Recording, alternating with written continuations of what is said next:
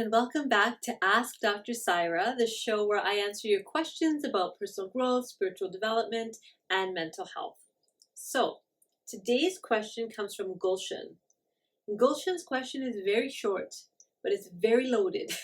Gulshan says, I feel like a servant in my own house. Help. I love it. I feel like a servant in my own house. Help. First of all, let's do a poll. Anybody else out there ever feel like a servant in their own house? I know that feeling. It's a crappy feeling.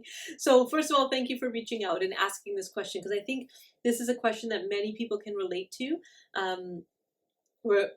When I hear the word servant, I think of a few things. So one is the work never ends, right? It just goes on and on and on. Second is you don't get compensated. It's not worth it. It feels like more work than it's worth. So there's all of these different pieces about being a servant. How should we answer this question? I feel like a servant in my own house. I would say, Gulshan, first of all, to see if you can kind of take a step back. Take a step back and think about what is it that you expect needs to be done in your home, right? So what I find sometimes is that our expectations of cleanliness, order, whatever, are so high that we basically have to have a full-time job just cleaning our house or just like looking after the people in it. That's a full-time job. And it is, right? For people who are homemakers, like it is a full-time job to run a household. It is. And for many of us, it's a thankless job. But I don't like you feeling like a servant, right? Because what that tells me is you don't feel appreciated. You don't feel like anybody's noticing. You feel like you always have to be doing things for other people and nobody's doing anything for you. And so what I would ask myself, and what I did ask myself when I was feeling like a servant in my own house is, first of all, how did this happen? Like, how did we get here? How do we get to a point where my needs are no longer important to anyone and it's all about what everybody else needs? So how did we get there? And when I asked myself that question, I saw like particular moments where I let things slide, or I didn't ask for what I needed, or I made something more important than me. I made someone else more important than me. I made some task more important than me. And all of those things add up over time to then make you feel like totally underappreciated or unappreciated. So I'd ask myself that. And you might not know. You might ask yourself, like, how did this happen? And then be like, I don't know. That's fine. So if that might not be a useful question for you. The next thing you might want to do is look at, like I said, look at all the tasks that you do. One of the interesting exercises that you might want to try is actually make a list of all the things that you do in a day or in a week. I did this once with my partner where I listed out all of the things. It was at a time when my kids were really small. I was basically a full-time homemaker. I did one or two, sessions or clients here or there, but really my focus was my family and my young family. And I made a list of all of the things. And what we did was, as an experiment, we put salaries, right? So, okay, one of my tasks was cook, right? 3 meals a day. And we thought, how much would we pay someone to come in and cook 3 meals a day for us?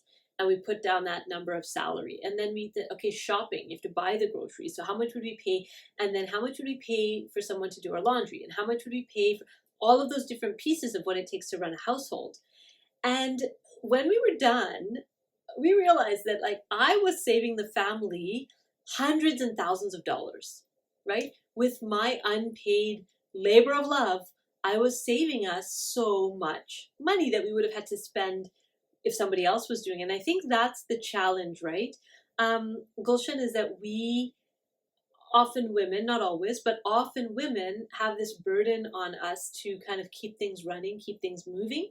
And it can feel really thankless because we're not getting paid for it, right? Nobody's saying, okay, here's your end of the day salary. Nobody's doing that. And so it can feel like all of this work that we're doing gets unnoticed and unacknowledged and is not meaningful or helpful to anyone. That's where you can feel like a servant.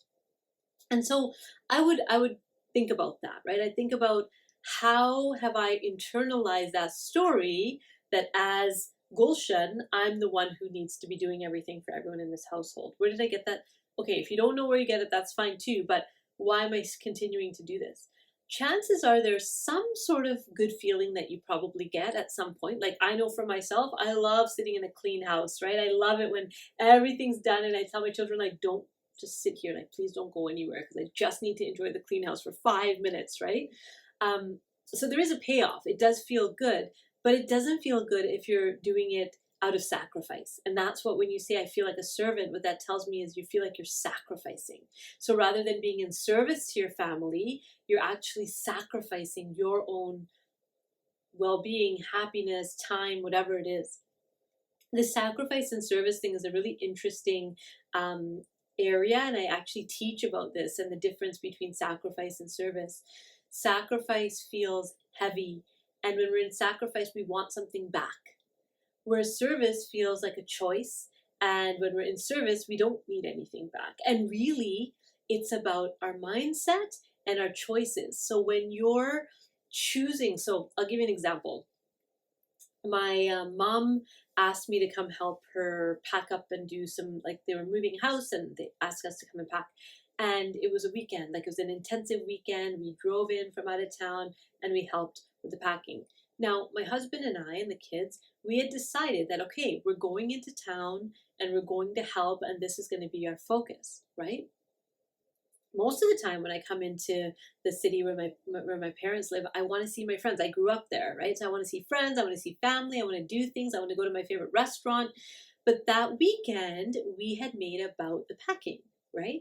And so I and my husband, my kids, we made this choice that this is how we're spending our time. So then it didn't feel like a sacrifice because we chose that. We knew we were not going to go to that restaurant. We were not going to see that friend. We were not going to go to that, familiar park. We were there for the work. And so when we made that choice and we made that commitment in advance, it was much easier than to just enjoy the experience of being buried in boxes for 3 days, right?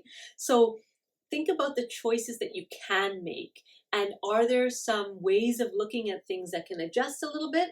Also, what are your standards? Is there a way to drop your standards a little bit? I know for myself, my standards have dropped a lot as far as housekeeping because I want to do other things. I don't want to spend all day, every day cleaning my house and being a servant. I don't want that, right? So I've I often talk about the dust on the baseboards, right? Like, for those of you who like a clean house, you know what I'm talking about, that dust on the base. I got to let it go. I got to see the dust and say, it's okay. It's okay. I'll get to it eventually, right? So that self-talk. The other thing what my husband reminds me of often is, like, who's watching? Like, who am I doing this for? Often we've internalized these messages growing up that, like, mom or dad or whoever said, oh, like, it needs to be done this way. And so we continue doing it this way into adulthood, not really even deciding if that's your way, right? That's just the way you've been taught. And so you keep doing it that way. Maybe your way is a little more relaxed than the way you were brought up, or maybe it's a little bit more particular and detail oriented. Who knows? But it's got to be your way, right? So the last thing I would say about feeling like a servant in your own house is tell your people in your house, tell your family, tell the people you're living with that, like, hey guys, kind of feel like a servant here. Because often we have these stories, right? These feelings inside of us, and we just act like everything's fine. We keep going, and nobody knows. Nobody knows that you're feeling like a servant in your own house. So make sure that and you don't have to say it like in an attacking way and like, you're making me feel like a servant. Not like that. You can say it in a different way, like, hey, over the years I've done a lot and I'm ready for everyone else to pitch in a little bit because I'm kind of getting tired, or it's too much for me now, or whatever. That's another thing to ask yourself, why now, right? For many of us, we've been doing the same things for years and years and years, and then one day it just feels like too much. So what happened? Why suddenly now is it feeling like too much? What's changed inside of you or around you that's making you now feel like it's too much? So that's what I would say. If you're feeling like a servant in your own house, that's not a feeling that you want to marinate in for too long. So perhaps some of these suggestions might make it a bit easier for you to get a little bit more support as you look after your home and as you move your family forward. So those are my thoughts for you, Gulshan, and those of the rest of us who sometimes feel like a servant in our own house. If you have a question that you want support with, send it to me, just email it to me, and then it'll come up in one of our future videos. So taking the questions all the time, so send them along. Talk to you soon.